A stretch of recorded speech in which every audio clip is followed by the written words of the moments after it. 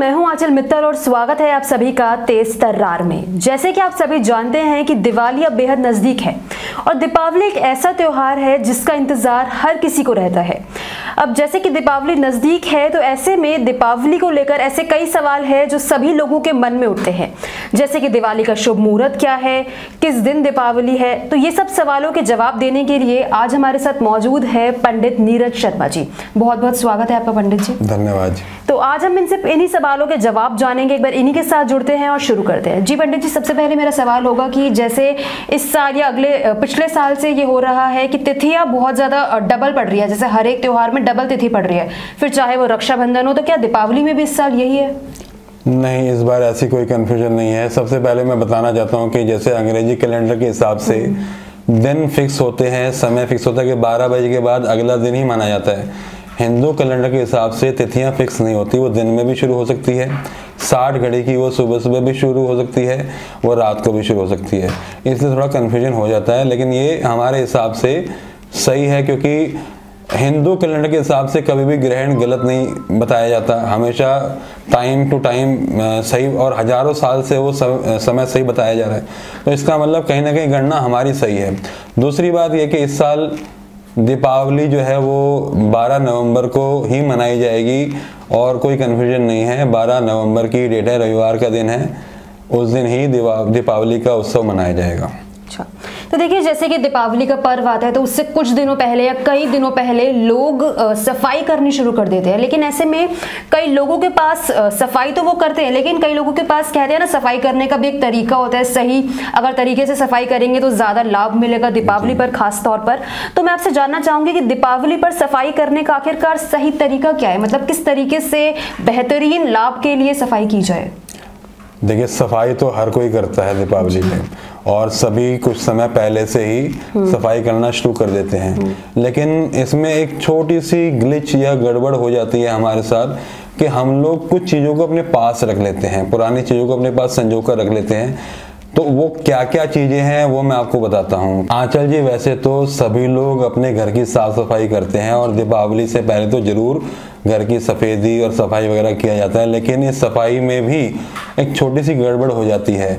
वो ये कि हम लोग कुछ पुरानी चीज़ों को संजो करके रख लेते हैं, जो कि हमें ध्यान रखना चाहिए कि अगर वो घर में रहेंगे तो घर में नेगेटिविटी का वास भी रहेगा।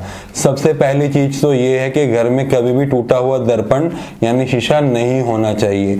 अगर वो घर में किसी भी रूप में रहता है तो घर में नेगेटिविटी का वास रहेगा और हमारी सफाई का कोई अर्थ नहीं रह जाएगा। घर की सफाई का मतलब है कि अपने घर से नेगेटिविटी भगाना भी होता है। तो घर में पॉजिटिविटी बढ़ाने के लिए हमें अपने घर में इस तरह की चीज़ों का जो इस्तेमाल नहीं करना चाहिए और इनको घर से बाहर ही कर देना चाहिए। दूसरी सबसे मुख्य चीज़ है घर में टूटा हुआ पलंग होना।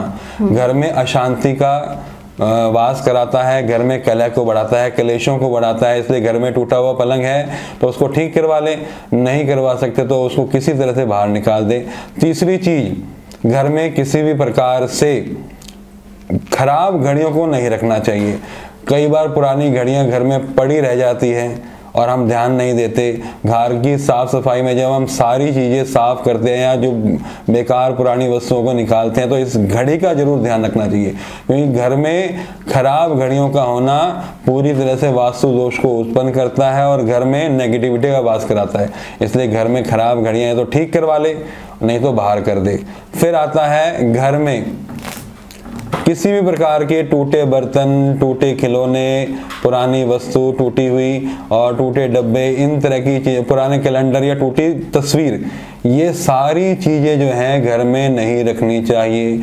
कई बार ऐसा होता है हम लापरवाही कर देते हैं घर की साफ सफाई में, हम लोग इन चीज़ों को भूल जाते हैं, इग्नोर कर देते हैं, लापरवाही कर देते हैं। ऐसा नहीं करना चाहिए। इस दिवाली पे विशेष ध्यान रखें कि इन सब वस्तुओं का त्याग कर दें या किसी को दे दो या किसी कोई अपने इस्तेमाल में ले ले या हम घर से बाहर कर दें, अपने घर में ना रखें। और सबसे मुख्य बात कि घर में जो रसोई है या बाथरूम है उसकी सप्लाई उत्तर पूर्व दिशा में होनी चाहिए ताकि घर में पॉजिटिविटी का वास हो।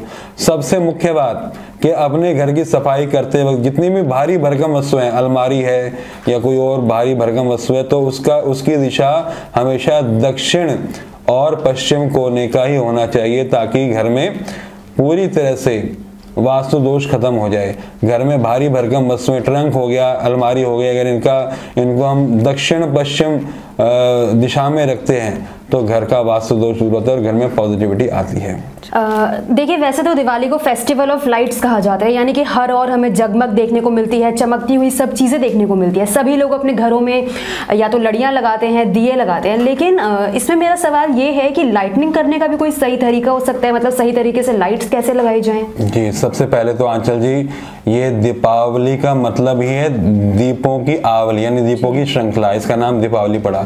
दियों का त्योहार है, लाइटनिंग का ही त्योहार है। पहले के ज़माने में दिए जलाए जाते थे, आजकल लाइट्स बाज़ार में उपलब्ध हैं और तरह तरह की खूबसूरत लाइटें अपने घर में लोग लगाते हैं। लेकिन इसमें एक अगर हम थोड़ा सा और सुधार कर लें तो घर में और सुख शांति आने के चांसेस बढ़ जाते हैं।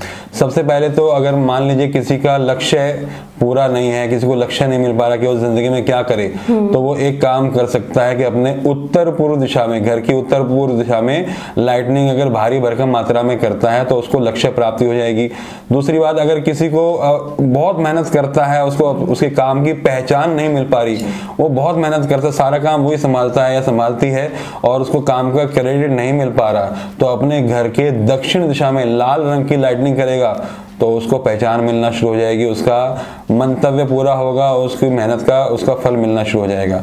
अगर किसी को कर्जे से मुक्ति प्राप्त करनी है तो अपने दक्षिण पूर्व दिशा में भारी भरकम मात्रा में लाइटनिंग करे, लाइटें लगावे तो उसको कर्जे से मुक्ति मिलेगी। और अगर कोई पहले से अच्छा कमा रहा है, उसको और धन प्राप्ति करनी है, उसको और अपने जीवन में और तरक्की पानी है, तो अपने दक्षिण पश्चिम दिशा में सफ़ेद रंग की लाइटनिंग लगाए और इस तरह से उसको मनोकामना पूरी होगी, उसके घर में सुख शांति और धन की वर्षा होना शुरू हो जाएगा। इसके अलावा मैं आपसे जानना चाहूंगी कि जैसे दिवाली के दिन हर एक घर में रंगोली जरूर देखने को मिलती है, तो उसका महत्व क्या है? देखिए, रंगोली की प्रथा तो हमारे शास्त्र में, हमारे धर्म में बहुत प्राचीन है और रंगोली इतनी सुंदर लोग बनाते हैं, देखते ही मन पॉजिटिव हो जाता है, मन बाग बाग हो जाता है। और शास्त्र कहते हैं, हमारे हिंदू धर्म के ग्रंथ कहते हैं कि लक्ष्मी जी को रंगोली बहुत पसंद है, उनको तरह तरह का आर्ट, तभी देखिए आप घर में लोग जो जानते हैं इस बात को, अपने घर को पूरी तरह सजाते हैं, साफ सफाई करते हैं और घर को रंग बिरंगा बनाते हैं ताकि लक्ष्मी जी उनके घर में आवें और वास करें, उन पर कृपा बरसावें। तो रंगोली का भी यही महत्व है कि भी वो नेगेटिविटी को भगाती है और डिज़ाइन, तरह तरह के डिज़ाइन जब हम अपने घर में बनाते हैं तो घर सुंदर और सुंदर हो जाता है और साथ में लक्ष्मी की भी प्रसन्नता हमें प्राप्त होती है, कृपा हमें प्राप्त होती है। अच्छा, जैसे कि लोग रंगोली जो है स्टेंसिल से बना लेते हैं, खुद से नहीं बनाते, तो इससे कुछ बुरा असर तो नहीं आता? नहीं, किसी भी प्रकार से अपने घर को सुंदर दिखाना कोई बुरी बात नहीं है। चाहे कैसे भी अपने घर को सुंदर रखना पड़े, अपने घर को सुंदर करना चाहिए। हर बुरी चीज को, हर भद्दी दिखने वाली, हर बदसूरत चीज को अपने घर से दूर रखना चाहिए और जो भी सुंदरता का प्रतीक है, जो भी सुंदर दिखने वाली चीज अपने घर में जरूर आसपास रखनी चाहिए, घर में अंदर लगानी चाहिए। तो दीपावली के बाद दिए जरूर लगाए जाते हैं, जैसे दीपावली का पूजन होता है उसके बाद दिए जरूर लगाए जाते हैं, तो क्या दिए रखने की भी कोई दिशा होती है? मतलब किस दिशा में रखने चाहिए, कौन सा दिया कब कहाँ रखना चाहिए, ऐसा भी कुछ होता है? आंचल जी, बहुत ही सुंदर प्रश्न किया आपने। दियों को रखने का भी बड़ा महत्व है, ऐसे ही हम नहीं रख सकते। हाँ, अपने घर को सुंदर दिखाने के लिए घर के आगे दिए रखने चाहिए, मंदिर में भी लोग दीपक जलाते हैं, लेकिन इनको रखने का भी एक विधान है। सबसे पहला दीपक हमें ईशान कोण में, जो हमारा मंदिर, घर का मंदिर बना होता है, उसमें रखना चाहिए। अगर ईशान कोण में आपका मंदिर नहीं बना तो ईशान कोने को, यानी उत्तर और पूर्व के कोने पे रंगोली से चित्रित करके या रोली से आप चित्र बना करके ओम या शुभ लाभ लिख करके स्वास्तिक बना करके वहां पर आपको दिया रखना चाहिए। फिर दूसरा दिया आप अपने रसोई घर में रखें, उत्तर पूर्व दिशा में रसोई घर में रखें ताकि माँ अन्नपूर्णा की कृपा सदैव आप पर बनी रहे। तीसरा दिया आपको वायव्य कोण में सुख शांति के लिए रखना चाहिए।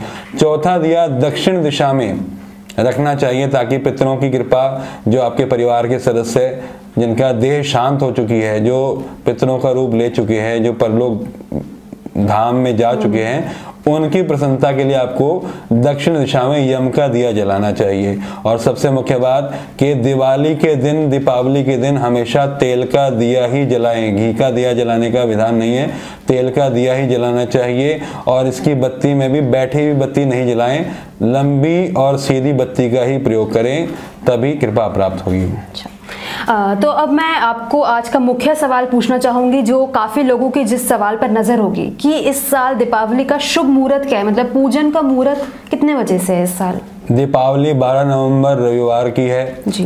इस दिन वैसे सारा दिन ही शुभ है, ना किसी प्रकार का कोई अशुभ टाइम है, ना कोई और तारा डूबा हुआ है। सारा दिन आप दीपावली की पूजा कर सकते हैं। फैक्ट्रियों में, व्यापारिक स्थानों पे, ऑफिसों में तो सुबह से मुहूर्त शुरू हो जाएगा, लेकिन जो घर का मुहूर्त है वो शाम को 5:40 से लेकर के रात्रि 12:30 बजे तक रहेगा। इस मुहूर्त में भी विशेष मुहूर्त जो है 5:30 से 7:40 तक, और रात को 11 बजे से लेकर के 12:30 तक, ये 2 मुहूर्त विशेष हैं। लेकिन ऐसी कोई बंदिश नहीं है कि बीच में मुहूर्त नहीं कर, बीच में पूजन नहीं कर सकते या दीपावली नहीं मना सकते। 5 बजे से लेकर के रात के 12:30 बजे तक आप कभी भी पूजन कर सकते हैं। अच्छा, और पूजन की सही विधि क्या है? मतलब दीपावली पे भी पूजन के कुछ स्टेप्स होते होंगे, विधि होती होगी, वो उसकी सही विधि? जैसे मैंने बताया कि साफ सफाई तो करते ही, लेकिन पूजा का जो घर है जहाँ पे पूजा की जाती है वहाँ पर विशेष सफाई करनी चाहिए। अच्छी तरह से खुद भी नहा धो करके, अच्छे वस्त्र पहन करके भगवान गणेश जी का सबसे पहले पूजन करें, उनको धूप दीप नैवेद्य आदि से पूजा करके प्रसन्न करें। फिर माँ लक्ष्मी का पूजन करें, माँ सरस्वती का पूजन करें, और फिर कुबेर देवता का पूजन करें, ग्रहों आदियों का पूजन करके। अब बहुत लंबा चौड़ा पूजन अगर खुद कर रहे हैं तो बहुत लंबा चौड़ा पूजन करने की जरूरत है, इनका नाम लेकर के इनका आरती जरूर गाएं, नहीं तो ब्राह्मण के द्वारा ही पूजा करवाने का विधान है। तो ब्राह्मण के द्वारा ना कराएं, खुद करें तो सिंपल से उनका ओम गणेशाय नमः, ओम लक्ष्मी नमः, ओम सरस्वती नमः, ओम कुबेराय नमः, इन छोटे मंत्रों का नाम, इन छोटे मंत्रों को बोल करके आप पूजा पाठ कर सकते हैं। उनको नैवेद्य यानी मीठा भोग लगा दें, उनको फूल चढ़ा दें, उनको पान बहुत पसंद है, देवी देवताओं को पान चढ़ाएं और तिलक लगा करके, माला पहना करके उनकी आरती उतारें।